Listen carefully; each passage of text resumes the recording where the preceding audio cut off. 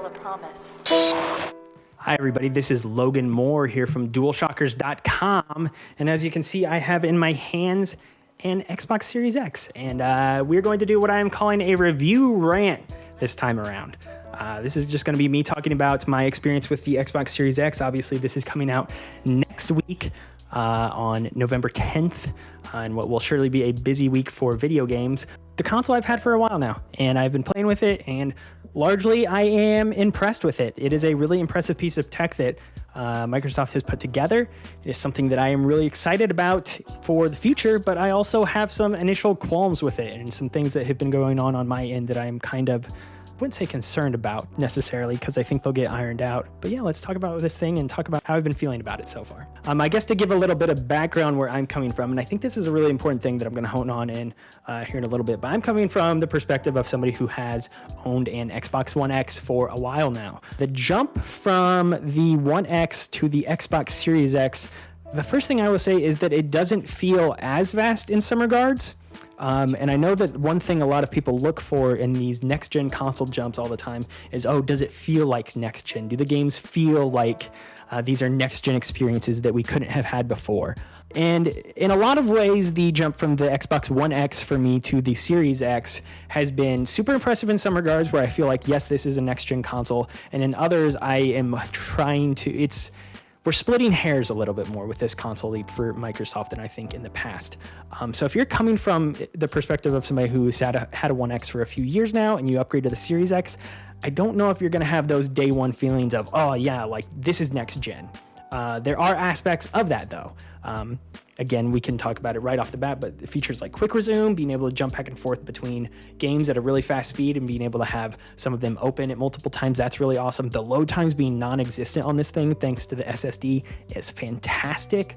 That is something I have really loved in my time with it so far. I've gotten into this mode where over the past couple of years, I'll boot up a game or whatever, and I'll get to that initial loading screen, and I'll have my phone at the ready to, like doom scroll through Twitter or something while I am waiting for it to load up. And I was in the habit of doing that once again, and I would load into these games and I would get out my phone and be like, oh, let's check my text or check Twitter or check whatever, check Discord. And the game, lo and behold, is up on my screen before I can even get on my phone.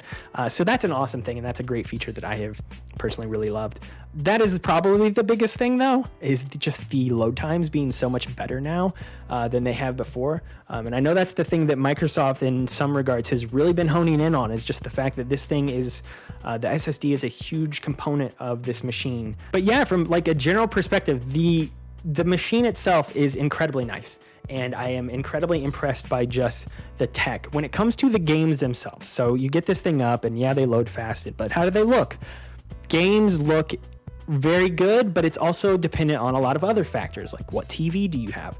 To be upfront with what I have, I currently have a Sony 900E model from 2017, and I've been rocking that for a few years now, and I've been really impressed with the 4K visuals that the Xbox One X was able to do. And then I made the jump here, and yes, they do look better. I've been playing Forza Horizon 4, been checking out some Halo, I've been checking out Yakuza Like a Dragon, some other things that I don't know if I can mention yet, like Dirt 5 looks pretty good as well. And largely, yeah, like all those games look incredible. The back catalog looks incredible. Sea of Thieves looks, the day one optimization patch for that was out in the trial period that I have for this. That looks fantastic. Gears 5 looks incredible as well.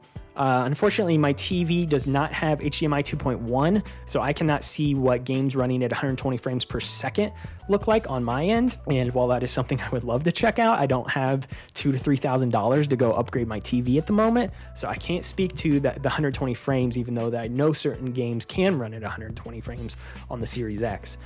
Ori and the Will of the Wisps, I know, is one that's going to be doing that, as well as Halo, the Master Chief Collection, I'm pretty sure has been confirmed for that. Since we're talking about the games, I guess we can get into this a little bit too. I think the biggest issue with this console right now, and the thing that has become apparent to me the more I am spending time with it, is just this launch lineup is really weak. And I know that is a bit of a tired talking point, because launch lineups are always weak with next-gen consoles for the most part.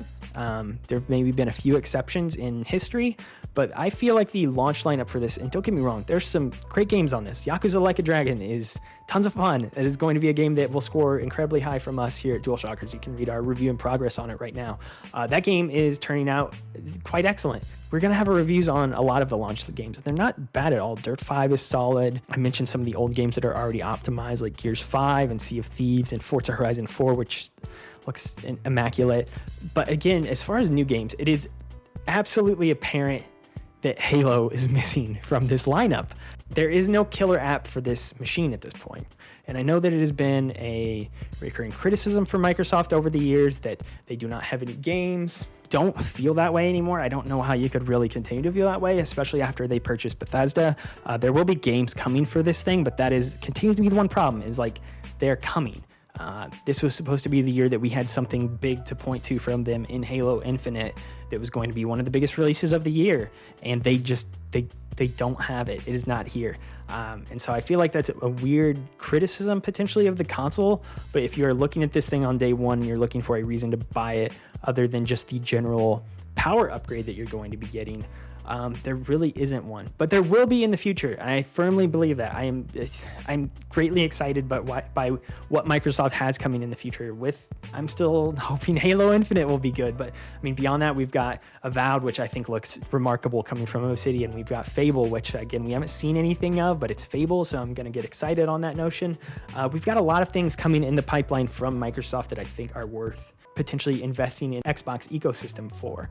Right now, if you are buying this strictly for the games, there's nothing on this machine on day one that you necessarily need to get the Xbox for. Another new-ish feature that we can talk about here is this controller. It's been altered a little bit. Obviously, the D-pad here has been changed, it's got a larger circle around the D-pad rather than it being cut out so in such a uniform shape like the previous controller did.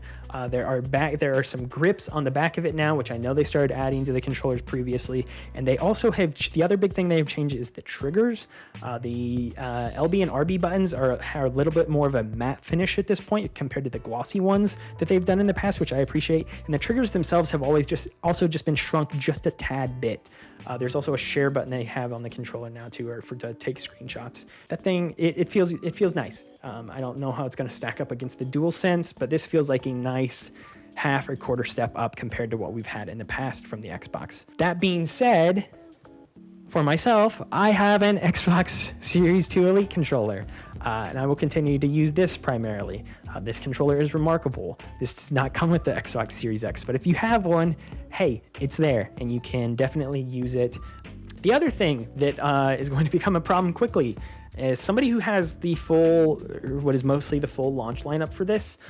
It was staggering how fast my SSD filled up with games and how I am nearly already out of space. And so with that in mind, my SSD is nearly filled up already on about 12 to 15 games that I have on there. So that's going to be a problem, especially considering that the way that Microsoft is expecting people to upgrade is in the form of a proprietary memory card that you can plug into the back of the machine at the moment, and that thing costs over $200.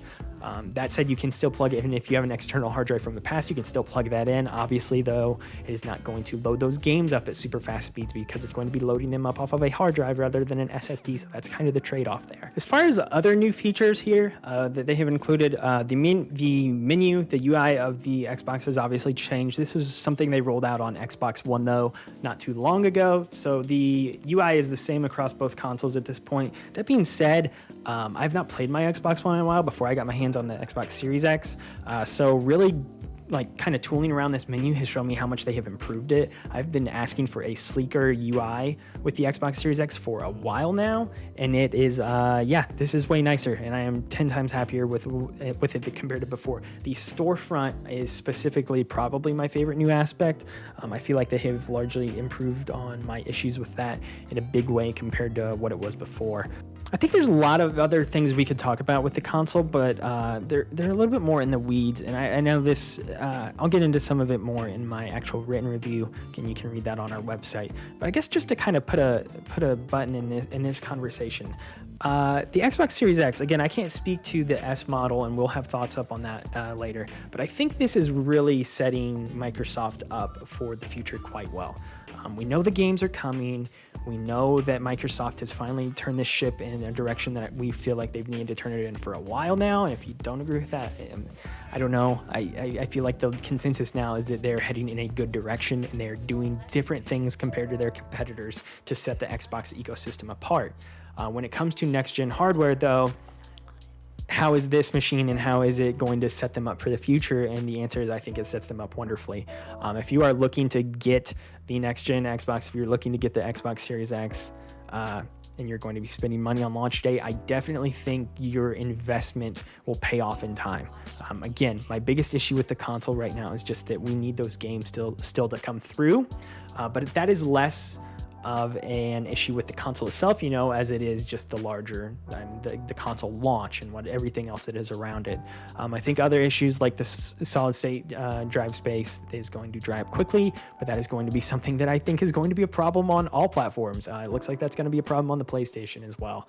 So it is just going to be something that is going to be a little bit annoying, I think, for us in these early days of the generation, and hopefully we'll get them of the next generation, and hopefully we get them figured out in due time. That is it for my review rant here on the DualShockers YouTube channel. Of course, though, I'm going to have official coverage up on this in a written format if you would prefer to read my thoughts in a little bit more of an organized manner, and where I can maybe get into the weeds a little bit more on certain topics.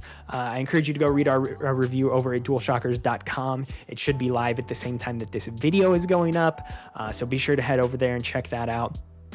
Otherwise, stay tuned over the next week, because we will have all kinds of next-gen coverage going up, not only on our website, but here on the DualShockers YouTube channel. There is a ton of stuff that we have in the pipeline, and I cannot talk about a lot of it at the moment because of other embargoes that are in place. The embargo for the console itself is finally up, but there are lots of games that we are checking out that we're going to have coverage on over the next week or two. And then, of course, we're going to be checking out the PlayStation 5 as well. We will not have any early hands-on with that, but if you're interested on our thoughts on Sony's new console, those will be coming too. So be sure to stay tuned here to the channel and over to our website. Other than that, I thank you for watching, and I wish you the best as we enter this next generation of video games.